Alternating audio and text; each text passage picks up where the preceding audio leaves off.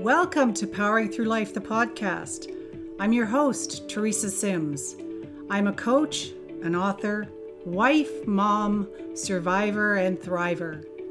Each week on Powering Through Life, my guest and I will discuss a special topic that's close to their heart. Together, we will explore the challenges they have faced in life and learn what strategies and tools they have used to power through their life. So get ready to be inspired, motivated, and become a thriver. Hi, and welcome to another segment of Powering Through Life. Today, we're going to do things a little bit differently. Our topic today is addiction. And addiction is a complex mental health illness that's most stigmatized condition on the planet. And we need to start treating this medically instead of criminally. I would definitely agree with that. And my guest today is a brilliant informational person on this topic. So my guest today is Tanya MacIntyre. And after 22 years as a broadcaster, Tanya decided to pack up negative news. Her journey of recovery from addictions led to the founding of her company, Red Roof Recovery, offering programs to soften the path of recovery from harmful substances and behaviors. In 2020, Tanya created a one-week residential program, which she expects will one day revolutionize the addiction recovery industry. What a background. Tanya, welcome to Powering Through Life. Thanks so much, Teresa. Great to be here. Great to see you again. You as well. I know we've done this before, and I absolutely love doing this with you. And your topics are so profound. And I mean, what an incredible topic. Well, since COVID, addiction and suicide rates have more than doubled. So it's a conversation worth having a lot. Absolutely. And I know you have some personal investment in this. Would you care to share and elaborate on that a little bit? Well, my personal investment is lived experience through drug and alcohol addictions. And it was a long journey. I relapsed almost every year for 8 years while attending 12-step meetings of AA and NA. And that's not the fault of the program. It's wonderful peer support. But a lot of people don't resonate with the higher power concept. And it's very shame-based as well, right? I used to call it the walk of shame, going up to get my 24-hour chip. And it's just, I don't know, I just didn't find it empowering. And I was going to a lot of funerals. So I went to 3 funerals in 1 month in 2018. And I thought, it's insanity. It's only going to be a matter of time before the funeral is mine. I need to find another solution. So I went looking for a secular program, an evidence-based program. And in 2018, there wasn't a lot available. I was kind of thinking about LifeRing. They're big in the US, but they've only really taken hold in British Columbia in Canada. And then I came across SMART, Self-Management and Recovery Training. And that was founded in Mentor, Ohio, about 30 years ago. And I thought, ooh, mentorship, I like that. And it was founded by doctors, and it was based on cognitive behavioral therapies. Now, cognitive behavioral therapies sound complicated, but it's just thought. Cognition is thought. And it's spending some time with our thoughts that not many of us ever take the time to do. So I thought, okay, this is worth considering. So I jumped in with both hands. I became a facilitator, and I haven't looked back. I have sustained my freedom from addictions ever since. So I credit definitely SMART and my own work. I mean, it does take work. It works when you work it, right? That's the 12 steps tenet. And it's absolutely right. We have success in our program here in just 1 week when people stay engaged in their recovery. You need to do the work. Absolutely. I mean, the program is only as good as the person who's doing the work.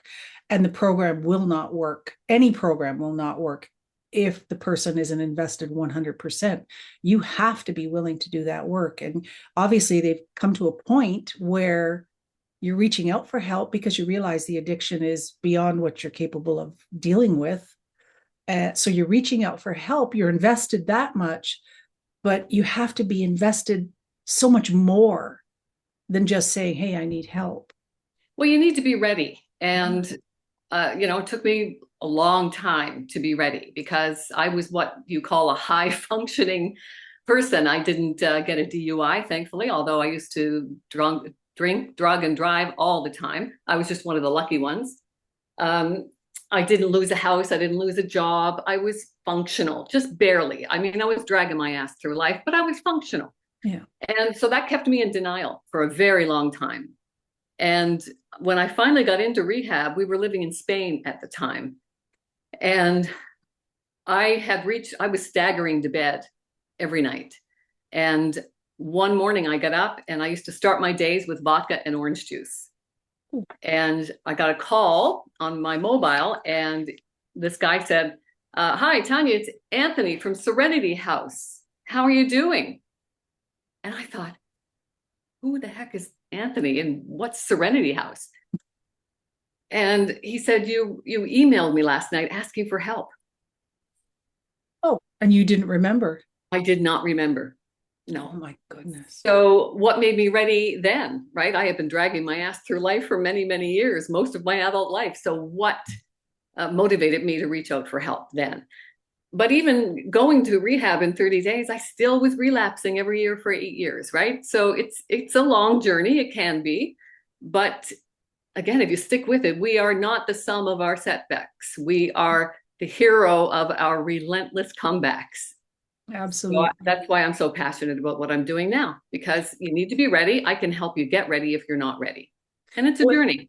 That's why we call it a journey of sobriety. Absolutely. It's the hero's journey in a lot of ways, isn't it? It has its ups and downs. It has its successes that your goal that you're reaching for and striving for. And but yeah, you're right. You have to do the work. So what can I ask you? You said you fell backwards 8 times or relapsed 8 times. Mm-hmm. What was the cause of the relapses, and how did you approach getting back to? I think the relapses came from not having strategies, tools to manage the adversity of life, right? I mean, the adversities of life aren't going anywhere. Life sucks, like the Monty Python song, "Life's a piece of shit when you think of it." So what are we going to do to manage wading through the shit? And I didn't have any coping skills. I wanted the easier, softer way. It was easier for me to fill my water cup up with vodka and go to work and get through the day that way, because I believed that was I was probably self-medicating things like anxiety, depression, trauma. I mean, we all have some elements of something going on that we're self-medicating with something, whether it's a drug, alcohol, and other drugs, or food, or gambling, or sex, shopping, any number of things can have us taking that comfort. Yeah, very true, Tanya. I know when I think back, like just what you're saying, when I think back, oh yeah, there were times when, I've been in those positions as well. And you don't want to deal with it. So you just grab the first thing that's going to soothe. Yeah. I often use the story of the marshmallow outcome study that was done back in the 60s with a bunch of 5-year-olds. It's fascinating. You can see it on YouTube. Just search for the marshmallow study. Okay. Do you want to give me some idea about it?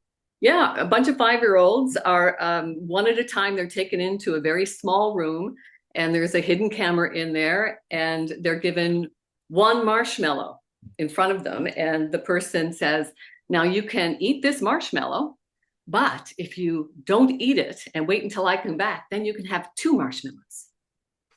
So it's about delaying gratification, which I would have failed miserably, because delaying gratification was not something I was ever taught.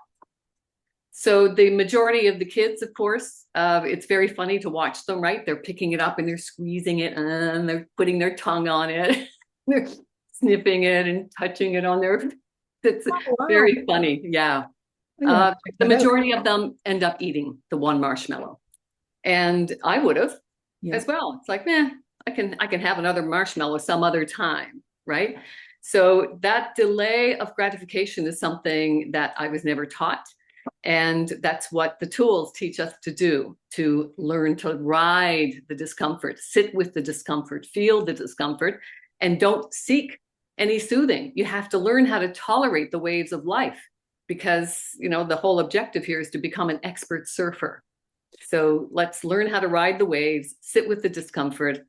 I'm a big proponent of mindfulness. We're doing a mindfulness walk in Godrich tomorrow. We do one on the last Saturday of every month. Nice. And that keeps me grounded in the work. We need to stay focused on what's within our control. And all we need to navigate is 24 hours at a time. Very true, and great pieces of advice there. I mean, sitting within the stuff feels awful, but it has so much potential to create change and growth, and the rewards you get out of that when you realize that I don't want to feel like this anymore. What's my options? And this is a good option. So let's just grab it and go for it. And, you know, it's a lifeline, really. It's giving you your life back. But and I like to quote Dr. Gabor Mate. He's one of my favorite doctors. He's a Canadian doctor who spent 12 years working on Vancouver's East Side, which is reputed to be the most densely populated, addicted part of society in British Columbia. It's tragic to see that problem growing there. And, you know, he said that there is a common denominator with addictions. It's not a choice. It's not a moral failing. It's not a lack of ethics. It is a response to human suffering. And that's where we have to direct our attention. It's human suffering that we're treating with an addiction. It's not like I would assume people with addictions just, because they're weak, they just enjoy it, this, that, and the other thing. Maybe there was some satisfaction when they first started, but why did they start? What's the root cause of why they started to do this action? And you're right, you need to take a look at that and examine what the cause is. And the addiction is the Band-Aid. Yes. Healing begins when we feel heard, right? And there's just not enough empathy. I hear hospital staff saying things like, oh, they're just attention seeking. And I'm thinking, yeah, they're seeking attention. Hello? Yes, that's right. Yeah. It's a cry for help. Like, and another thing I talk about a lot is the stigmatizing language we use. I'm kind of enthusiastic around the medical community now talking more about mental health and addictions. Addictions is getting tagged on to mental health and addictions. Addiction is a chronic mental health illness. It needs to be treated as such. And one of the favorite outcome studies I like to talk about a lot is when a group of clinicians agreed to participate in this outcome study with hypothetical patients. So a hypothetical patient is taken in to the emergency, and the only introduction to the clinicians is a piece of paper from the ambulance staff. So the reason for admittance was drug addict. And when these clinicians are polled afterward, they say this patient deserves to have criminal punishment if warranted, and they are totally responsible for their predicament. So now, weeks later, another hypothetical patient, same patient, but now the reason for the admittance is substance use disorder. And now that same group of clinicians, when they're polled, they say, oh yes, this patient can fully recover with a combination of medication and therapy. So that language, that stigmatizing language, is very important. I remind people that we need to start thinking about how we're talking about conditions to release the stigma and alleviate the discrimination that's happening. Stop calling people meth heads or druggies or junkies. I had a conversation in a community setting just earlier this week and about the safe supply houses. And of course, there's a big outcry about that. Yeah. But we've got lots of evidence that they work when there's an infrastructure, but we're lacking the infrastructure. And they work when they're properly set up and you've got the support staff to monitor things. But that's not what's happening, sadly. So, of course, we seem to be, how does that work? The Velcro for the bad news and the Teflon for the good news. We hold on to the bad news and, keep on repeating it instead of focusing on what did go right. Okay, so we're lacking some infrastructure. Let's start there and get the proper support staff there. I mean, all of our frontline workers are just not getting paid enough to do the work. Yeah. Burnout is at an all-time high. Compassion fatigue is quite common. Yeah. So we have to start paying people to do these jobs. Yeah, and implement some programs that will actually do work and provide what the patient or the client is looking for. That will. And you have to start by building a relationship, and you can't build a relationship until you build trust, and you can't build trust until you're actually in the company of the people who are suffering. Yeah, and that takes time. Yeah, it's not something that happens overnight. Definitely not. But if we started today, that's a step in the right direction. It will take months, maybe even a couple of years to get everything lined up and put in place properly that, people can actually get the help they need. Yes. And it would solve, I think, a lot of other subsequent issues that are happening. The big issue that needs to be addressed is affordable housing. Yeah. How can you hold down a job when you can't afford a place to live? Yeah. Yeah. Very true. Mm-hmm. And if you're homeless, you're not going to be noted for a job because you're homeless. And if you have a criminal record, if you have a DUI, yeah, right? Those are all factors that are going to affect our employability as well. Yeah, exactly. So Tanya, why did you think a 1 week program, can I call it, is an effective way to an effective recovery program when the industry standard is a minimum of 30 days? Like, so what does the industry standard involve in their 30 days? Do you have an idea? Can you give us an idea? I do, because I was part of it for a while. And why it's not working is because this is not a time issue. This is an attention issue. So when people come here for 1 week, they have my undivided attention. You're not in a group setting. You don't have to share a bedroom. You're not sharing a bathroom. You have my attention for 12 hours a day. From the time you book in here Friday after work, we work for 12 hours. It's an exhaustive program. We're creating a blueprint for recovery for the person. It's individualized, because what works for me is not going to work for somebody else. Yeah. So we need to find what they're going to do, what's going to work for them, and we need to put it together, working together to put it together. That doesn't take 30 days. So what I've experienced in 30 days is that there's, again, a lack of infrastructure. There's no organization. You're expected to attend group meetings. You're not allowed to smoke cigarettes anywhere on the ground. They give you a nicotine patch. It's like, okay, most people who are challenged by addiction, in addition to their nicotine addiction, they have something else that they're going into rehab for. And now we're expected to give up our cigarettes as well. It's absurd. It just doesn't work. One thing at a time. Right? Yeah. And it's not the person's choice to give up cigarettes at that point in time. So you're forcing something on them. It's not going to work. Right. So right away, they've got a resistance. It's like, oh my God, I can't even smoke. So now they're not even thinking about the other work that's entailed. They're thinking about the withdrawal that they're having to the nicotine addiction, in addition to whatever else they're withdrawing from. Oh. So it just doesn't work. And, the staff is not adequate for the number of people that they have. One of the facilities here in Ontario quadrupled in size during COVID, and they don't have the staff support. Oh. And it's a sad state of affairs that we've created a mindset that recovery takes long. It doesn't take long. It takes a persistent willingness to exert consistent efforts to help yourself. Yeah, absolutely. Consistency, persistence. That's all it takes. It's not hard. And yes, 1 week I set it up for someone like me, a professional who didn't want to announce to the world that they were challenged by an addiction. I didn't, how many people can afford to take a month away from their lives? Well, that's huge. You lose your job. Right? And what about people with kids? You can't leave your kids for a month. No.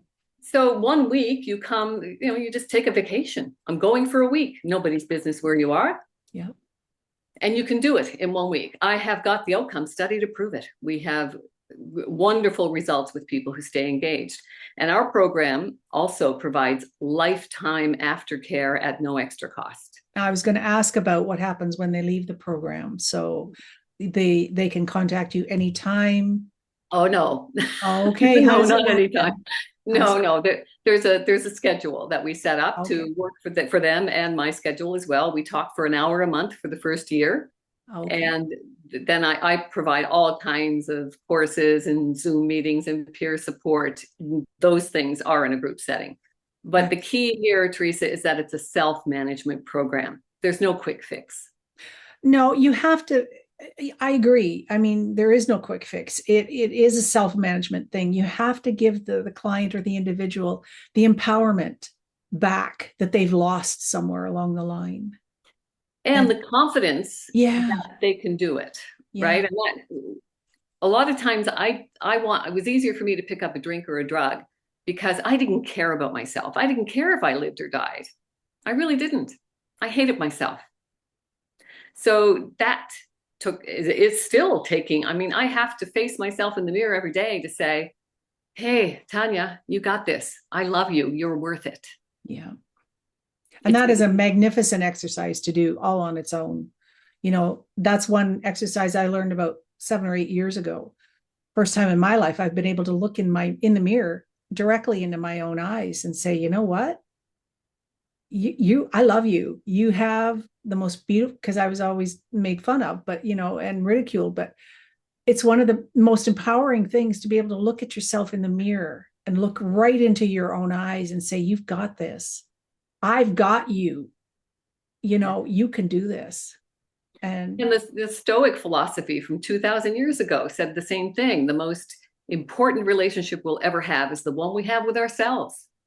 Very true. And not many of us, especially for parents, right? As a parent, you're programmed to provide and perform, right? This life is not about you. Who do you think you are? Yeah, I'm here to serve, and I'm here to cook, and I'm here to Right. clean and work, and that's about it. And that was another thing I had to learn, was to be on the list. There was a list, and I had that list, and I cherished that list. That was my day-to-day thing. But if you're not on the list, you just not just on the list, Teresa, you need to be on the top of the list. Right? Exactly. The airplane analogy, when we're flying in that metal tube and the air cabin pressure changes and the mask falls down from the ceiling, what are the instructions? Right? Yeah. We have it very clear from that display, that whatever they do in the beginning, right? The safety message is that when that happens, you need to put the mask on yourself first, even if your child is sitting beside you. You need to put the mask on yourself first. You cannot save anybody until you save yourself. Exactly. Very good advice. And I totally agree with that. We have to put ourselves first. So that was a challenge for me, to put myself on the list at first and then to work myself up to the top. And you know what? I'm staying there and no one's ever going to take me off the list again. Yay. See, you can be taught and you can learn and you have choices. And it is about the choices that we make in life too, isn't it? Right. And some people would call that selfish. I've heard that. Oh, that's just selfish. Yeah. And I'm thinking, well, there's a big difference between selfishness and self-care. And I like to put it like this. And I want to concentrate on this so I don't get it wrong. Selfishness is putting your wants above others' needs. And self-care is putting your needs above others' wants. Very good. Very good. I like that. That's well said. Thank you for that. Yeah, that's great. Tanya, what's the difference between an alcohol addiction and a gambling addiction? And I'm sure there's a drug addiction in there too. So nothing. Yeah, an addiction is an addiction is an addiction. And I have these conversations all the time with people. Oh yeah, but meth is different. Cocaine's different. Heroin's different. Gambling's different. Sexting and sex and gambling and shopping and food, they're all different. No, they're not. They all tickle the same part of the brain. It's the dopamine reward axis. It's the pleasure center in our brain. We as humans are hardwired to seek pleasure and avoid pain. Oh, yeah. And when we find a way to hit those pleasure centers with whatever substance or behavior, and we become addicted to it. Another term I don't like is when they started changing language, they even started using substance abuse. We don't abuse substances, we use them and become addicted. Yeah. Yeah. So they Definitely. all tickle the same part of the brain. The brain is a fascinating organ. It's a chemical organ that is floating around there with 80 different chemicals. It's a fascinating organ. And, I mean, you could study for years on there's still not a full understanding of the complexities of the brain. But what we do know is that there is definitely a dopamine reward deficit. There's an axis happening in there that any addiction, substance, behavior is tickling that same part of the brain.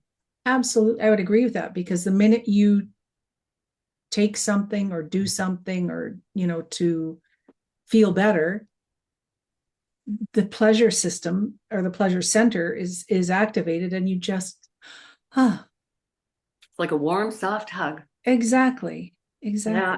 I think I'd When I rather have talk the to warm, people, soft hug than, right? yeah. And when I talk to people who have had a challenge, I don't even like the word relapse, right? We use it, it's overused, and it suggests that there's a weakness involved, right? You failed.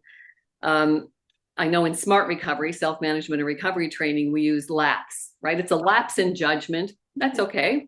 That's doable. But I just like to think about it's a life challenge that we didn't manage at the time, because once we have the skills to manage life, it gets easier to stay free from addictions. But we just need the tools. Okay, what's going to work for you? What are you going to do instead? And when I talk to people who have fallen off the wagon, I say, why didn't you call me? Why didn't you reach out? We say, pick up the phone before you pick up. And the answer is always the same. I didn't want to. Right? Oh, Yes. conscious. We who are vulnerable to addiction, we're a defiant bunch. We don't like being told what to do. No. Right? We when we want it when we want it, and we're going to get it and have it, right? And we don't want to be told we can't have it.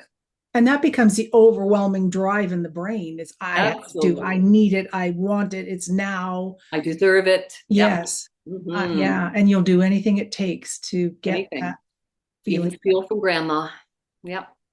Wow. Yeah. I can't, yeah.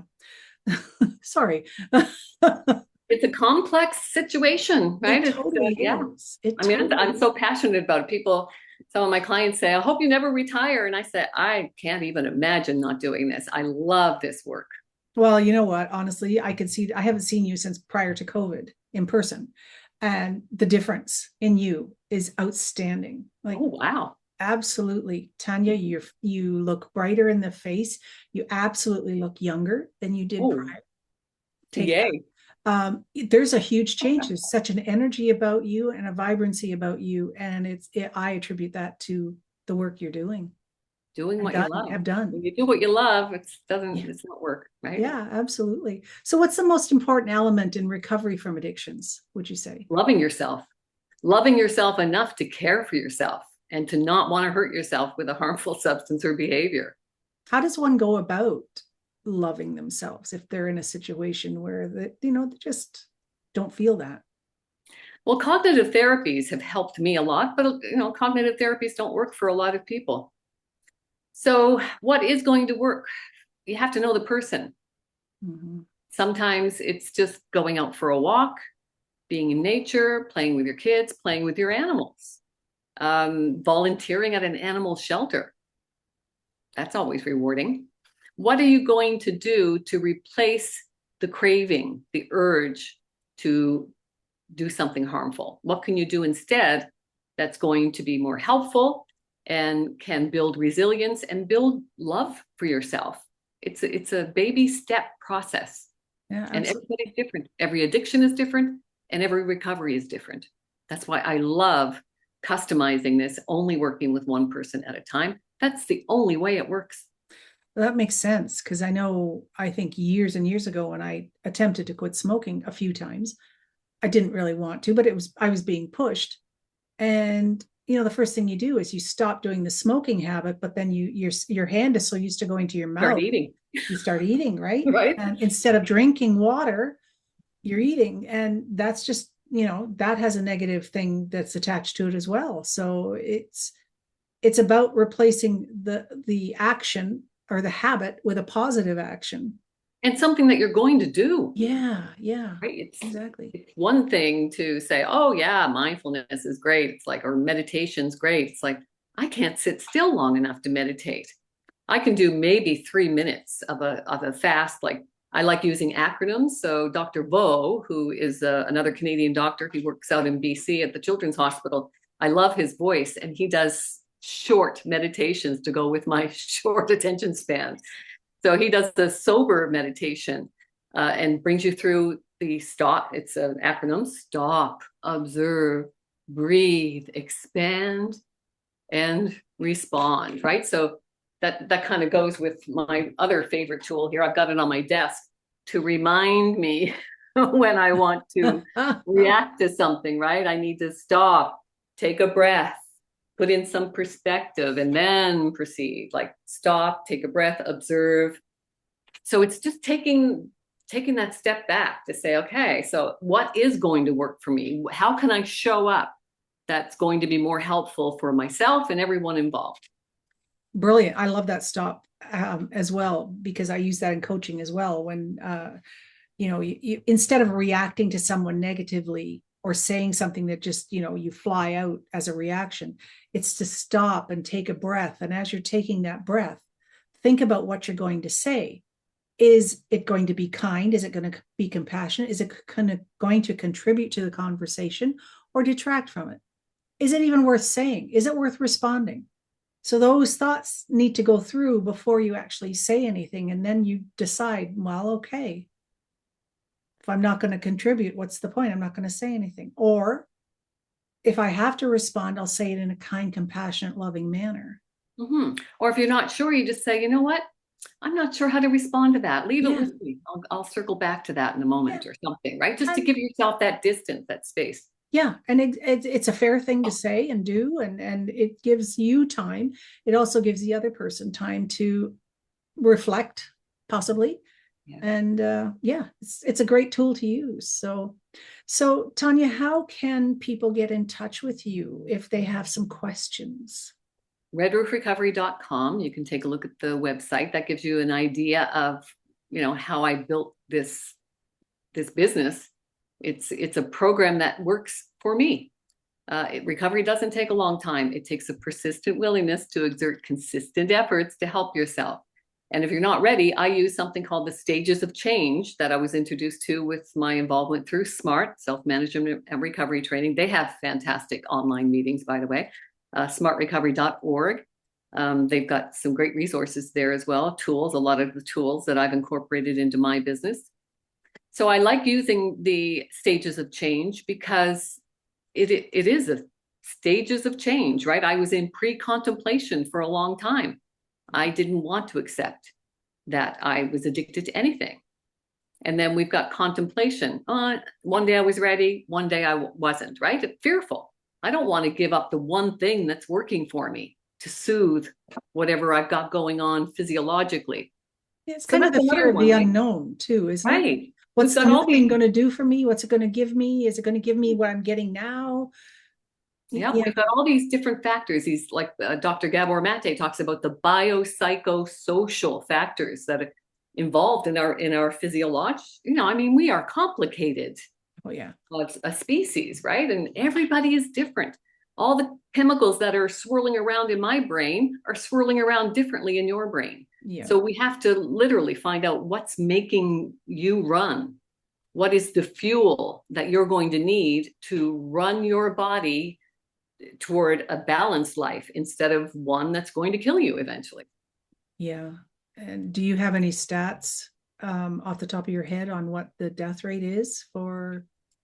I try not to put my attention too much on the negative. I like to look at what's going right in the world instead of what's going wrong in the world. I forgot that, the FUD factor. I forgot the FUD factor: fear, uncertainty, and doubt. Yes. I left journalism for a reason. My whole life for 20 years, I'm embarrassed to say now, was to perpetuate the FUD factor: fear, uncertainty, and doubt. So now my new tune, and I make it rhyme, So it's memorable and musical. Don't watch, read, or listen to news and feel how much your life improves. I love that. That's great. And it goes well with the tune. So yeah, well done. I need a little backup band. You do. You do. And hey, yeah, keep me out of it though. It's not going to work with me. So when we do post a segment, Tanya, I will have all of your links and all the links that you shared with me. And I think, everyone needs to get in touch with Tanya to find out how you can do the first step in the stage of your recovery. And the first step is reaching out, I think, or recognizing that you need some help. Asking for help. And I ask 3 questions when I'm talking to people. What do you want? Why do you want it? And on a scale of 1 to 10, with 10 being highest, how motivated are you to do the work required to get what you say you want? So I leave these 3 questions with people for a couple of days, and then we circle back and we meet again, and they tell me their answers. And normally, if they say, when I say, so what about your motivation? Where'd you score? And they say, oh, 7, 8. So what that tells me is that you're not ready. That tells me that you're either pre-contemplation or contemplation. And we can apply tools for each stage to help you move to the next stage where you are going to be ready to do the work, because it's work. Yeah. Nothing worthwhile, as they say, the old saying, comes easily. And people say, do I have to do this forever? I'd say, what, live? Yes. Yes, I want you to live forever. That's a good answer. I like that. Oh my goodness. So Tanya, do you have any favorite quote that you like to use around this topic? Oh my gosh, quotes. I know I called my dad philosopher dad, right? He was talk about being brought up on Stoic wisdom. So he was a single dad who brought me and my sister up while challenged with his own addictions, right? He was emotionally and physically unavailable because he was working 12 hours a day. But when we would go to him with a problem, he'd spit out a line of philosophy. And I remember when I was about 8 or 9, I was being bullied in school, and I come home crying and I said, Daddy, why are those girls being so mean? And I was sobbing and crying, and he hugged me. He said, oh, sweetheart, don't worry. The mills of the gods grind slowly, but exceedingly fine. And I'm saying, I was like, what? But it's a quote that has stayed with me forever. Because the mills of the gods grind slowly but exceedingly fine is absolutely true, right? I mean, the world continues. The younger generation, sadly, was brought up thinking the world was going to end through climate change. So I like to reassure them that we are only here for a short time. And hopefully it's going to go slowly for us so we can enjoy the time we have. But it is exceedingly fine. So there's lots of different interpretations you can have with that quote, that what goes around comes around. Let's be mindful of the non-renewable resource of time that we have here. So yeah, that's my favorite quote, because it was so funny when my dad said it when I was 8 or 9. Like, what? Like, what? What on earth? Probably distracted you away from the bullying and all that sort of stuff. And that's one good aspect of it. And when you were talking about the wheels grinding and whatnot, to me, it's a refinement. Yeah. So you're breaking down what was, and you're refining who you are. Yeah. That's just what I got out of it. But yeah. Yeah, I like that too. And one that I use often is that we are not defined by the setbacks we have in life, right? There's not going to be any shortage of setbacks in life. No. We're going to hit those bumps and bruises. We're going to get bruised, and we're going to fall down. And yes, we can get up, and we are going to be the hero of our relentless comebacks. All we have to do is just keep trying. Keep trying to do our best. Show up and do your best. Absolutely. And that's what Tanya's here for, is to help you to achieve your best and to start a new life. And that's amazing. And I love the work that you're doing. And so listeners, get in touch with Tanya at redroofrecovery.ca. Both redroofrecovery.ca for all of the Canadians who love to support Canadian companies. There you go. .ca and .com for perfect. Perfect. That's kind of the language everybody uses now, right? You need a .com. Yeah, absolutely. Well, Tanya, And I like to end everything with kind of my shtick, because I had an elderly aunt who was chronically depressed, clinically depressed. And I used to talk to her once a week. And we would always end with, because we were big Star Wars fans, "May the force be with you." And she would say, "And also with you." And then after her passing, now I end all my interviews and podcasts by saying, "May the force be with you, Teresa. And remember, you are the force." Ooh, very good. I like that. So listeners, remember, you are the force. You are in the your own- force. yeah, in your own life. Take charge of it and take action steps to yourself and your ultimate being. So thank you very much, Tanya. Thank you so much for being a great guest on Powering Through Life. And this is the whole point of all of this, is to motivate the world through conversation. And I think we've done that around addiction and recovery today. I think we have. The world doesn't evolve until the conversation deepens. There you go. Thank you very much for that. And thank you. And we'll have you back again, because I really do love the conversations we have. Thanks so much, Teresa. Thank you for the work you do. Very important. Thank you. Thank you very much. Get in touch with Tanya today, listeners, and we'll see you again next time on Powering Through Life. Thank you for listening to Powering Through Life, where we explore life's challenges and learn valuable insights from my guests about how they have powered through their lives to survive and thrive. We can learn incredible lessons by sharing and motivating the world through conversation. You can access all of the Powering Through Life episodes on my website, teresasims.com, YouTube, Facebook, and Spreaker. So join us again next time for another inspiring conversation.